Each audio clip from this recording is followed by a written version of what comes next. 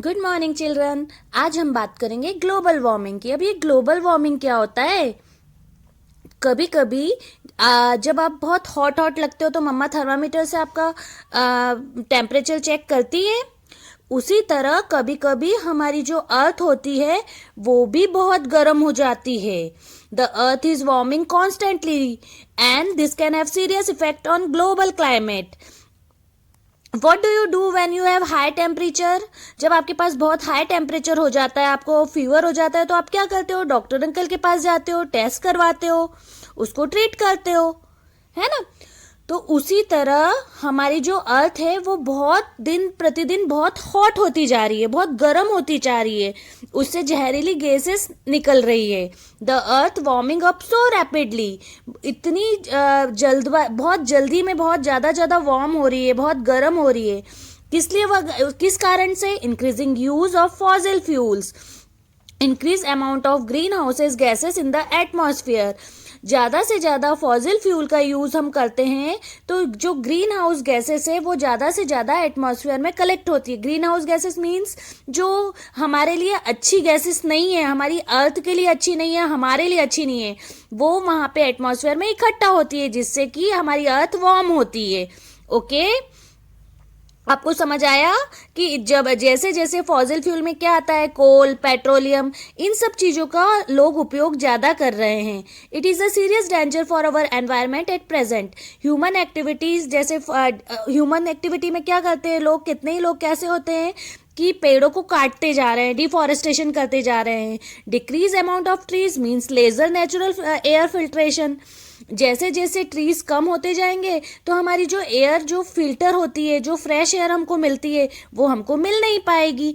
तो ये भी एक कारण है ग्लोबल वार्मिंग का। It is a serious danger for our environment. Human activities such as use of fossil fuel and deforestation are the major cause. ये मेन इसका कारण क्या है?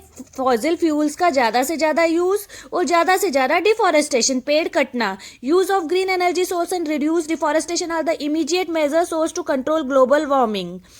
हमको ग्रीन एनर्जी के जो सोर्सेस है वो ज़्यादा से ज़्यादा यूज़ करने हैं और हमको जो फॉसिल फ्यूल का यूज़ है वो कम करना है, डिफॉरेस्टेशन नहीं करना है। Human activity are filling the air with more human activity are the major reason for global warming.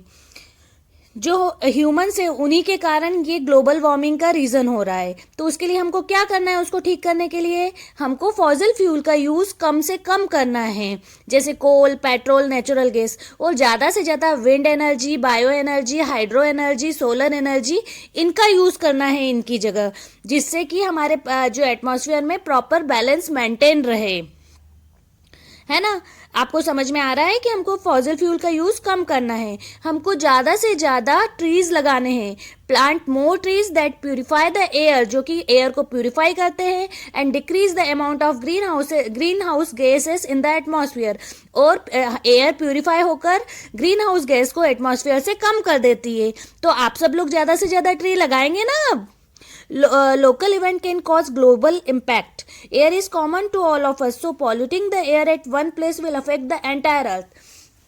अगर एक जगह भी एयर पॉल्यूट होती है तो वो पूरी पृथ्वी उससे पॉल्यूट होती है और पूरी पृथ्वी पे ग्लोबल वार्मिंग का असर आता है। It is a serious danger for our environment at present. Human activities such as use of fossil fuel and deforestation are the major cause. Use of green energy source and reduce deforestation are the immediate major to control global warming.